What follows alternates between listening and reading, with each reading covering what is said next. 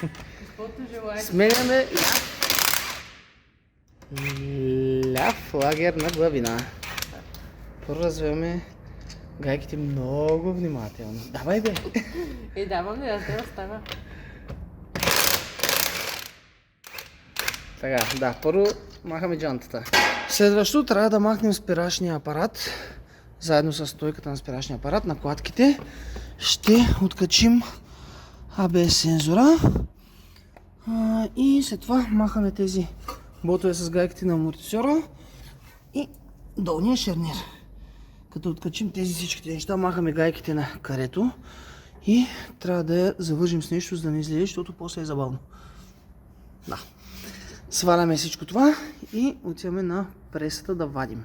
Така, свалихме шенкела. Сега първо на преса трябва да натиснем тази част. Това е задната част на главината.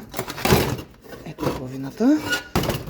Ще отидем на пресата, ще подложим отдолу един по-широк дорник или на самите железа. Ще натиснем тук, за да излезе. Обикновено излиза с едната черупка. После ще ви покажем как я режем. Това е новия лагер. Като извадим тази, от другата страна трябва да има зегерка. Махаме я и избиваме лагера. Собственичката, помощника. Значи, подлагаме с тези железа тук. И ето положението и почваме. Давай. Почваме полека да натискаме надолу и сваляме главината от лагера. Някое време ще падне отдолу, ще я придържаме. Така, зегерката се откри, когато махнахме главината. Тя си беше набита така, махаме я. Разбира се, тя гадна черупка остава тук. След малко ще ви покажем нищери. Режем така по диагонал полека и после с един секач чукваме да отвори. Някои нагряват, дърпат, имаме един инструмент, който хваща тук, но е толкова близо, няма достатъчно ръб и не може да извади, така че срязане, след малко ще видим. Така, зегерката, благодарение на тези големи клещи, които скоро ги взехме, стисваме и я вадим. Внимавайте да не ще така. Така. Като извадим зегерката, отиваме пак на пресата и избиваме лагера от тук насам. И сега избиваме лагера. Салти? Какво да кажа? Не знам. Сега тук ще дигнем да видим колко тона. Нищо работа. Тон и половина натиск. Лесно излиза. И как беше 5 часа по-късно лагер е вън. Да, става малко бавно, понеже пресата е 50 тона и хода е много лек. За да може да натиска силно. В случая на около 2 тона изпука. Все пак е свалян скоро. И така. Тази черупка остава винаги, колкото път съм вадил лагера, винаги остава. Сега ще я прирежем така по диагонал, защото направо няма как.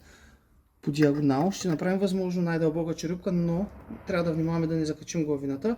И след това с този секач и чук ще чукнем да отвори, да олаби и ще я извадим.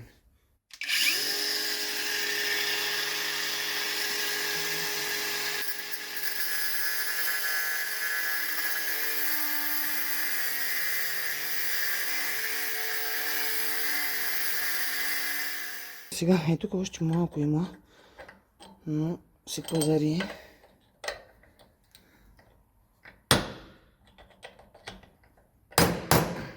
Почна да се върти, но...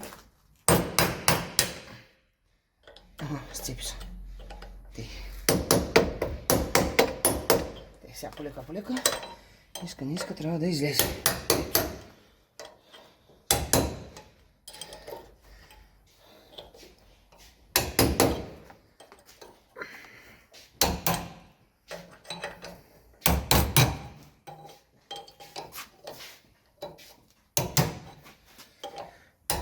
И така, малко зор, но...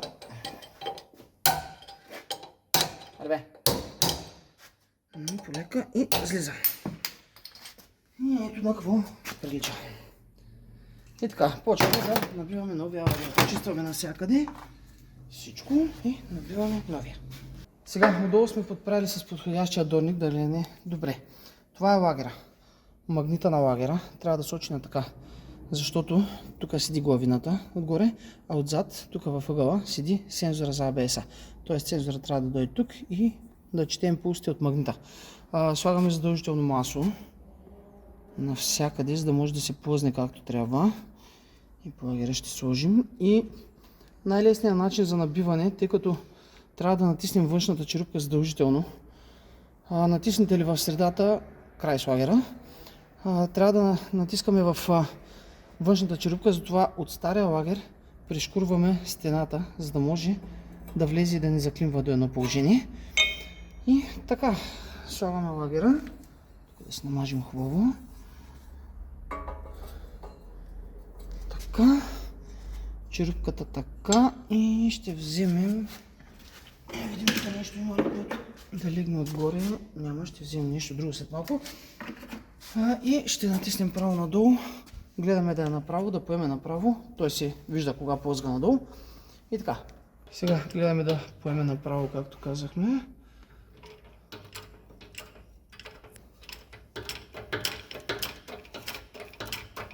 Така, се вижда как тръгва. Колкото по-надолу, толкова по-голямо ще стане усилието, тъй като котарката по-хубаво става все по-голяма. И набиваме надолу, докато усетим вече, че спира да се движи. Просто една идея натисваме, колкото да сме сигурни, че е до край. Да, става бавно, но бърза работа нямаме. Така, додолу и това е. Сега монтирахме вече лагера, трябва да сложим зегърката. Има нова зегърка в комплекта с лагера. Да са живи здрави тия клещи, защото преди работихме с едни по-малки, може да ги снимаш. Там виждаш ли? Да, които са много слаби. Да, тези са идеални, значи. Сега накрая ще ги пъхаме толкова навътре. Готово. Легна навсякъде. За всеки случай, ако искаме да проверим, мисля, че може да се завърти, ако стиснем, но не, ето. Привъртях така. Това е по набиването на лагера. Сега главината трябва да се набие така.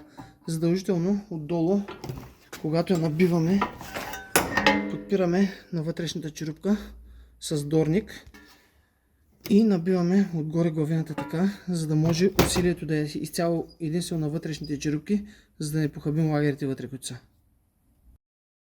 Сега набиването на главината в лагера. Правим го наобратно. Отдолу оставяме главината. Отдолу главината с дорник.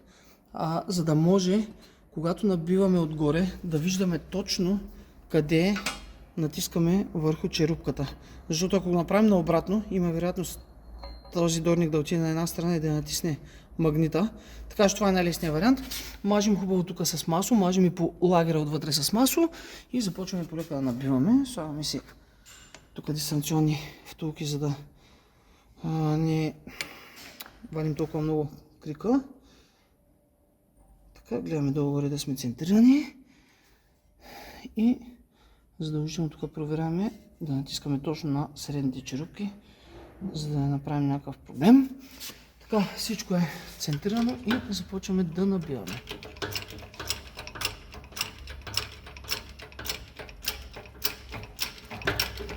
Така, тръгва си, поема идеално надолу и спираме, когато усетим вече, че не се движи. Една идея натисваме, колкото да сме сигурни, че е прилепнало хубаво. Да, има си времето.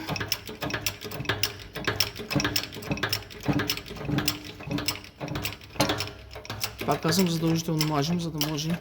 Сега тук започва вече по-трудно, тъй като самата главина е на две части. Втората част е малко, може би някъде 10 от милиметра по-широка, затова започваме да усещаме много малко по-голямо съпротивление, но нищо особено.